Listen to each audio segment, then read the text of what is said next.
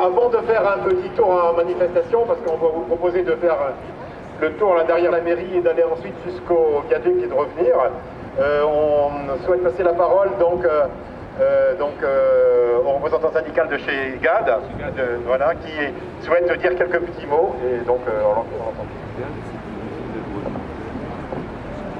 Camarades, si on nous dit que les promesses du candidat Hollande ne sont et ne seront pas respectées, régulation des marchés financiers, refus de la règle d'or, revalorisation du travail sur le capital. Si l'on vous dit que la politique d'austérité mise en place par le président Hollande n'est et ne sera pas la continuation et l'accentuation de celle du président Sarkozy,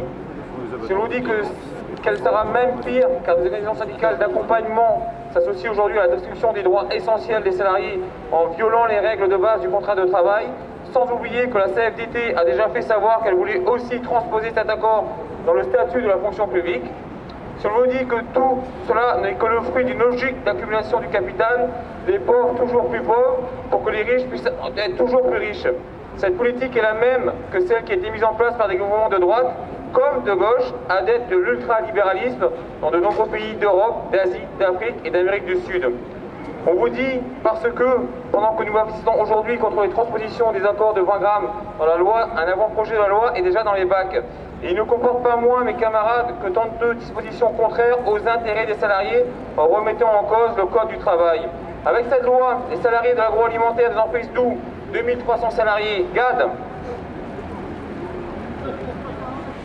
1800 salariés, et combien à suivre seront confrontés à l'absence d'informations exhaustives, à l'absence de possibilité de refuser de mobilité, de modification probable, de modification de la durée de son travail, des organisations et de sa rémunération, des mesures du PSE directement décidées par l'employeur, le remplacement du tribunal des prud'hommes par le tribunal administratif en cas de litige sur le PSE. C'est pour cela que mes camarades, que nous voulons dire qu'on en a marre, et pour nous ne voulons pas attendre une énième élection qui amènera au pouvoir un énième président qui ne fera que poursuivre la politique de ses prédécesseurs, pour le plus grand bien du capitalisme et de la finance. Avec Force ouvrière et tous les syndicats présents, CGT, Solidaire, CNT, PSU, partout dans les entreprises et les administrations, montons les syndicats, regroupons-nous, organisons-nous et redescendons dans la rue. Nous avons les besoins de changer de la politique actuelle, il suffit de le vouloir et de la mettre en œuvre. Mes camarades, s'ils veulent la guerre, il faut la leur donner.